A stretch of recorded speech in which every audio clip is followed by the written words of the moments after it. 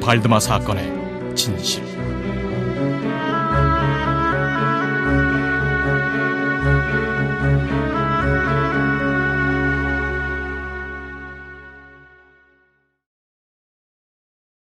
발드마 사건은 워낙 희한한 일이라 이에 대한 여러 가지 풍문들이 돌아다니는 건 놀랄 일이 아니다. 나 역시 온갖 소문들이 들려오는 이런 상황이 별로 놀랍지 않으니까 오히려 소문이 돌지 않는 게 이상할 정도다. 사실 사건에 연루된 우리들은 발드마에 대해 좀 더 조사할 수 있을 때까지는 이번 일이 공개되지 않기를 바랐고 비밀에 붙이기 위해 무던히 애를 썼다. 그런데 그게 오히려 여러 가지 오해와 소문들을 불러일으키는 계기가 되고 말았다. 그것도 꽤 불쾌한 내용의 얘기들이었다. 당연히 불신이 생길 수밖에 없었다. 그래서 이제 진실을 말해야겠다. 지금부터 내가 알고 있는 선에서 발드마 사건의 모든 것을 밝히고자 한다.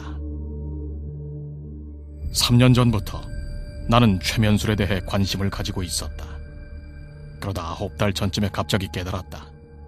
지금까지 최면술과 관련된 많은 실험을 해왔지만 정말 중요한 한 가지 실험이 남아있었던 것이다. 그건 바로 죽음의 순간에 최면에 걸리면 사람은 어떻게 되는가에 관한 실험이었다. 죽기 직전에 환자에게 최면을 걸 경우 나는 3가지를 확인할 수 있었다. 첫째, 죽기 직전에 환자가 최면에 걸릴 수 있는가. 둘째, 환자가 최면에 걸린다면 죽기 직전이라는 상황이 최면에 도움이 될 것인가 아니면 걸림돌이 될 것인가. 셋째, 최면에 걸린 환자는 죽음을 얼마나 지연시킬 수 있는가. 이 3가지 의문이 나의 호기심을 강렬하게 자극했다. 특히 3번째 의문은 이 실험의 최종적인 목적이나 다름없었다. 나는 이 실험에 참여할 만한 인물을 수소문하다가 친구인 어니스트 발드마가 떠올랐다. 그는 비블리오테카 포렌시카, 즉 법의학 시리즈의 집필로 유명해졌으며 발렌슈타인과 가르강튀아의 폴란드어 번역본을 집필한 작가였다. 이사카르 막스라는 필명으로 활동해온 그는 1839년부터 주로 뉴욕의 할렘가에 거주하고 있었는데 당시만 해도 몸이 비쩍 마른 것이 인상적이었다. 그의 2 다리는 깡마른 기다리였던 정치가 존 랜돌프의 다리와 비견될 정도였으니까. 게다가 그는 검은 머리에 흰 구레나룻을 가지고 있어 더욱 기억에 남았다. 사람들은 그의 머리카락을 가발로 오해할 정도였다.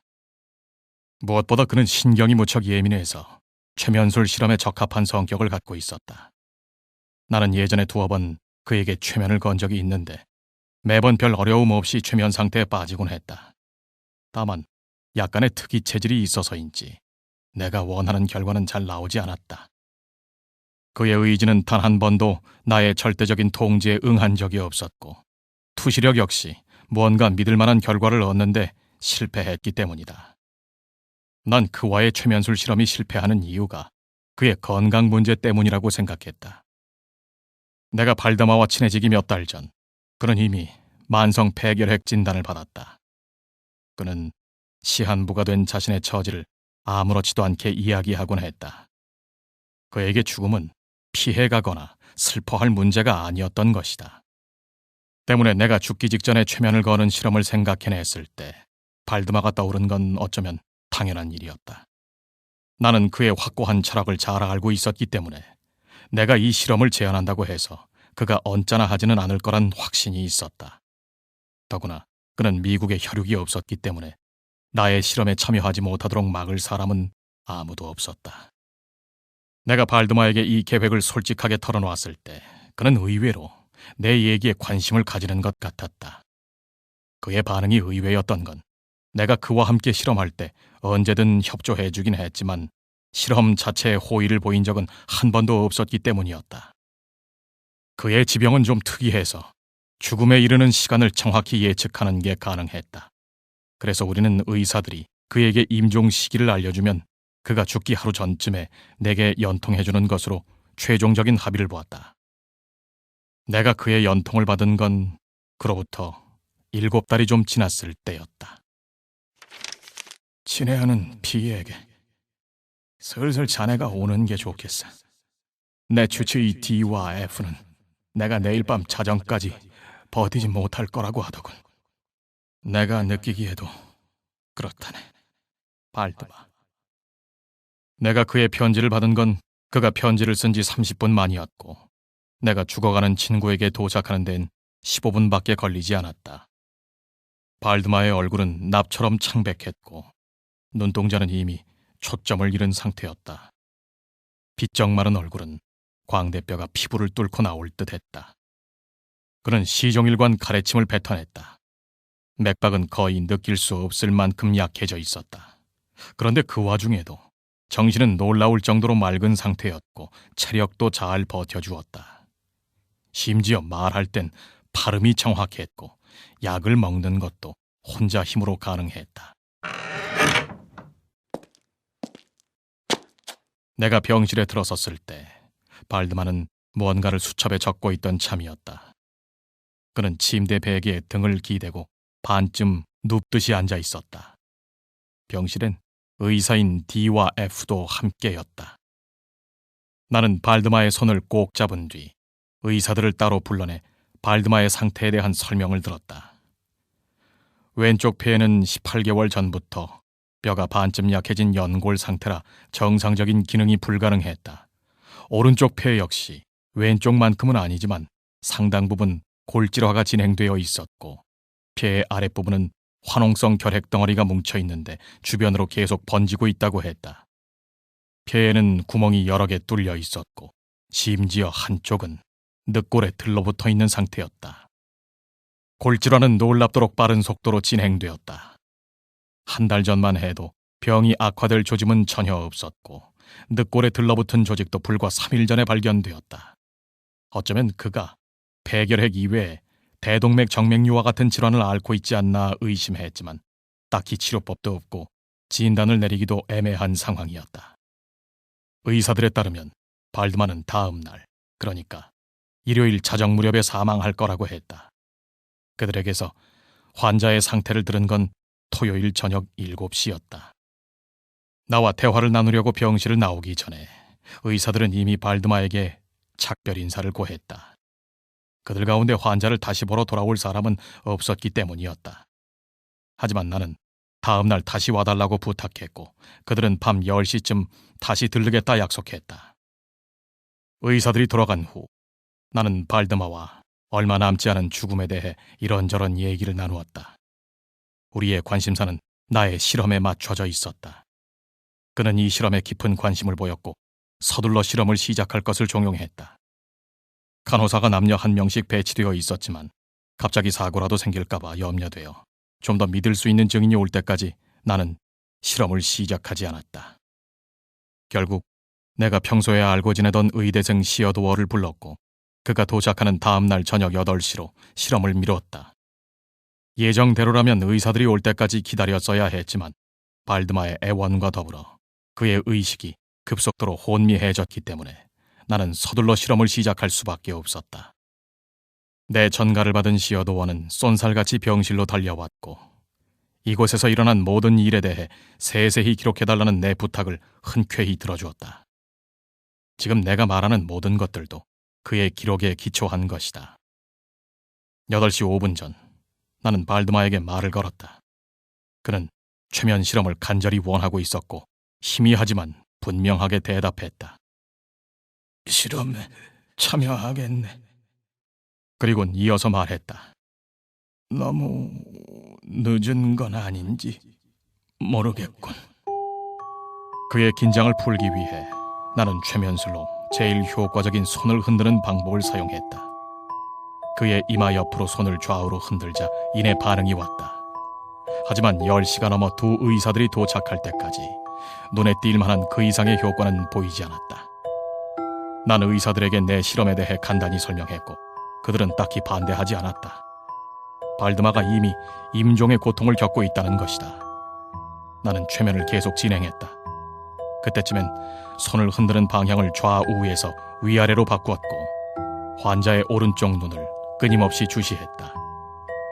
맥박은 거의 느껴지지 않았고 그의 숨소리는 30초 간격으로 거칠어졌다. 이 상태는 15분간 유지되었다. 그러나 이 시기가 지나고 나자 그의 가슴 언저리에서 매우 깊은 한숨소리가 들려왔고 거칠었던 숨소리는 서서히 멎었다. 호흡의 간격은 일정했고 발드마의 몸은 얼음장처럼 식어가기 시작했다.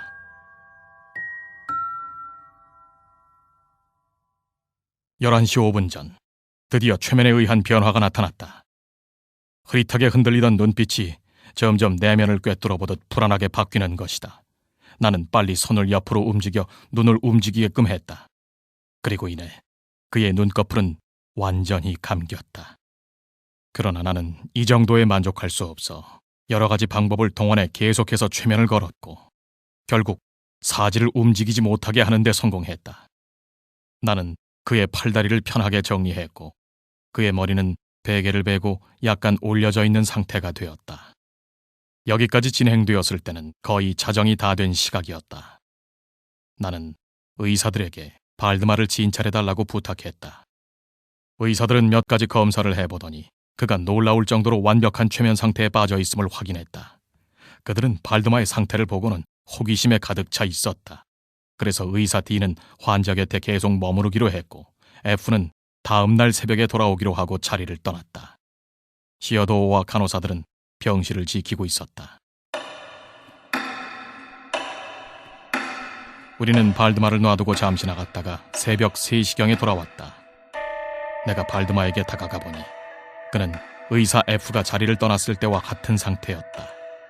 맥박은 거의 느껴지지 않았고 호흡은 희미해서 거울을 입술에 대보지 않으면 숨을 쉬고 있는지조차 알 수 없을 정도였다. 그의 눈은 조용히 감겨 있었고 몸은 대리석처럼 차고 단단하게 굳어 있었다. 그러나 겉모습은 전혀 죽은 사람의 그것이 아니었다. 나는 그에게로 다가가 그의 오른팔이 내 오른팔을 따라하게끔 팔을 그의 몸 위로 천천히 움직였다. 난 이 정도 상태의 환자와 이런 실험을 하면서 한 번도 완벽하게 성공한 적이 없었기 때문에 이번에도 성공하리란 생각은 하지 않았다. 그런데 놀랍게도 그의 팔은 미약하나마 조금씩 내 팔이 움직이는 방향대로 따라왔다. 나는 그와 대화를 해보기로 했다. 발드마, 자고 있나? 그는 대답하지 않았다. 그러나 입술이 떨리는 것을 보고 여러 번 같은 질문을 반복했다. 3번쯤 반복했을 때 그의 몸이 희미하게 떨리는 가운데 눈꺼풀이 약하게 떠져 흰자위가 살짝 보였다. 그의 입술이 천천히 움직였다. 그는 거의 알아들을 수 없을 정도로 속삭였다. 그래, 난 자고 있네. 날 깨우지 말게. 그냥 이대로 죽게 내버려둬. 그의 몸은 여전히 굳어있는 상태였다. 그 와중에도 그의 오른팔은 내 손이 가리키는 대로 움직였다. 나는 최면 상태의 발드마에게 다시 물었다. 아직 가슴에 통증이 남았나, 발드마? 방금 전보다 목소리는 더 약했지만 그는 바로 대답했다. 통증이 느껴지지 않아. 난 죽어가고 있어. 나는 한동안 그를 자극하지 않는 게 좋겠다고 판단해 의사 F가 돌아올 때까지 발드마를 내버려 두었다. 어떤 말도 행동도 실험도 중단한 것이다. 새벽녘에 F가 돌아왔는데 그는 발드마가 아직 살아있다는 사실에 대단히 놀랐다. 그는 발드마의 맥박을 짚고 입술에 거울을 대보더니 환자에게 다시 말을 걸어보라고 했다. 발드마, 아직 자고 있나? 아까처럼 몇 분 정도가 지나서 대답이 들려왔다. 마치 말하기 위해 그 몇 분의 시간 동안 전력을 다하는 것 같았다. 내가 4번쯤 질문을 반복하자 그가 대답했다. 그래, 아직 자고 있어. 죽어가는 중이라네. 의사들은 발드마가 임종을 맞을 때까지 현재의 상태 그대로 내버려두는 게 좋겠다고 넌지시 말했다. 일종의 단순한 의견 같은 것이었다. 더구나 병실에 모인 사람들은 그의 임종이 이제 몇 분 안에 마무리될 것이라고 생각하고 있었다.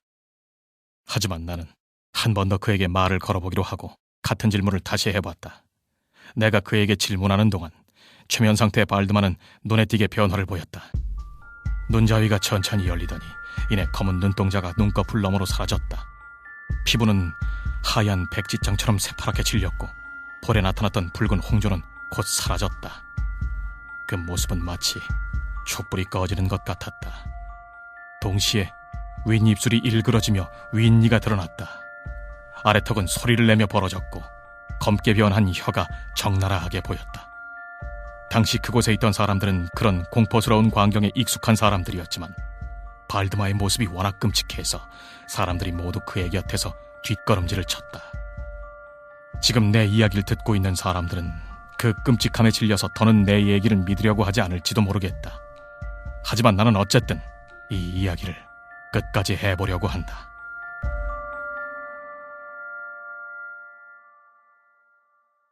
그쯤 되니 이제 발드마에게서 생명의 흔적은 찾아볼 수 없었다. 우린 그가 죽었다고 결론지었고 그를 간호사에게로 넘겼다.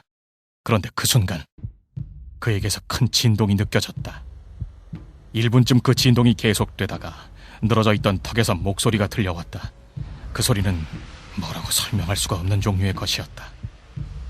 어떻게 표현할지는 모르겠지만 귀에 거슬릴 정도로 거칠게 휘어있고 간헐적으로 낮게 울리는 그런 소리였다. 이제껏 사람의 귀로 들어본 적이 없는 그 소리엔 두 가지 특징이 있었다. 마치 이 세상 것이 아닌 듯한 성가와 같은 느낌이면서 아주 멀거나 깊은 동굴에서 나오는 소리와 같다는 것이 그 첫 번째다. 두 번째는 젤리 같은 끈적거리는 물질이 촉각을 자극하는 느낌을 받았다는 것이다. 나는 그것을 표현할 때 소리와 음성이라는 말 둘 다 사용하고자 한다. 그가 낸 건 음성보단 소리에 가까웠지만 발음의 명료함은 무섭도록 놀라웠다. 발드만은 말하고 있었다.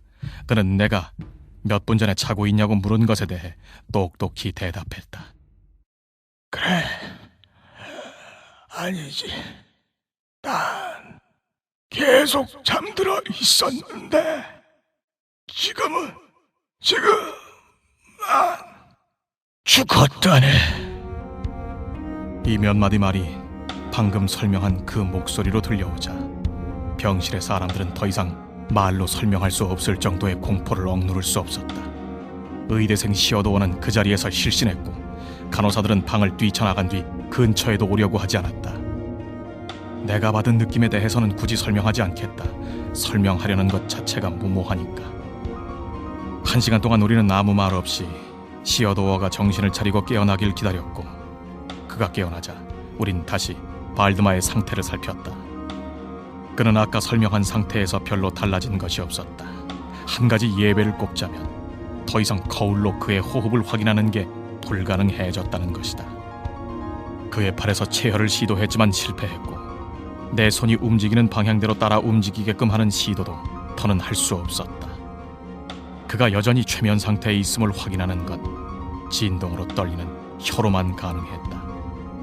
발드만은 대답하려고 무언가 애쓰는 모양새였으나 더 이상은 그럴 힘이 없는 것 같았다. 다른 사람들도 그에게 말을 거는 등 애를 썼지만 그는 나 이외의 사람에게는 반응하지 않았다. 이 정도면 당시에 최면이 걸려있던 발드마의 상태를 이해하는 데 필요한 모든 걸 얘기한 것 같다. 난 새로이 두 간호사를 불렀고 오전 10시쯤 우린 방을 나왔다. 그날 오후에 우리는 발드마의 상태를 살피기 위해 다시 한번 그의 집을 방문했다.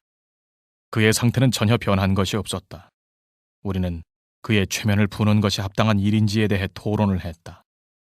하지만 우리 모두 그의 최면을 푸은다고 해서 좋을 것이 없다는 결론을 쉽게 내렸다. 당시로선 죽음이라고 부르는 상태가 최면에 의해 저지당하고 있다는 게 확실했기 때문이었다.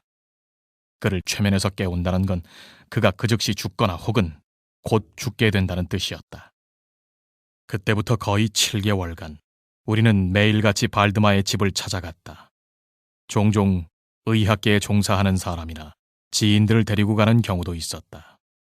그때마다 간호사들은 항상 그의 곁에 있었고 그의 상태 역시 변함없었다.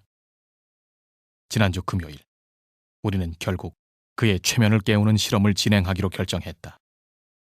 M. 발드마 사건이 사람들의 입방아에 오르내리게 된 건 이 실험의 비참한 결과 때문일 것이다. 나는 최면 상태로부터 발드마를 깨울 요량으로 늘 그랬듯 손을 천천히 흔들었다. 한동안은 아무런 반응도 보이지 않았다. 그러다 서서히 최면이 풀리는 징조가 나타났는데 눈동자가 부분적으로 내려오는 것이었다. 그때 눈동자가 내려오면서 코를 찌르는 지독한 악취를 내뿜는 누런 고름이 눈꺼풀 밑으로 쏟아져 나왔다. 나는 그 와중에도 예전처럼 환자의 팔을 움직여보려는 시도를 했지만 실패했다. 의사 F는 내가 그에게 다시 질문을 해보길 내심 바랬고 난 이렇게 말했다. 발드마, 지금 느낌이 어떤지, 바라는 게 있는지 우리에게 말해줄 수 있나? 그때였다. 그의 뺨에 예전과 같은 홍조가 올라왔다. 혀가 입에서 격하게 요동쳤다. 턱과 입술은 굳게 담은 채였지만 예전에 들었던 그 끔찍한 목소리가 들려왔다.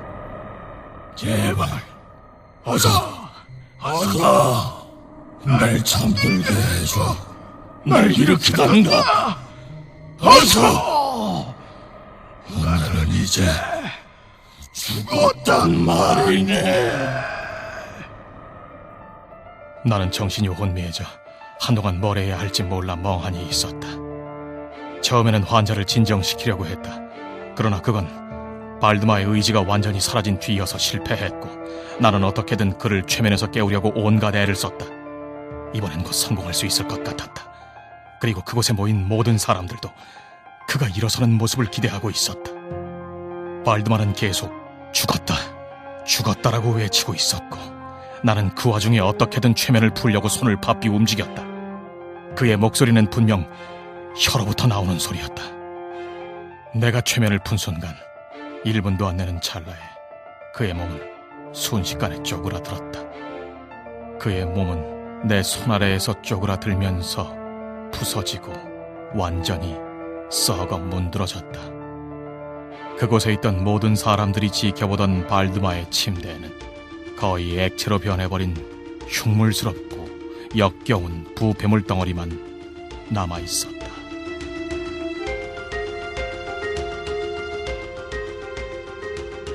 출연 백재승, 연출 황인진.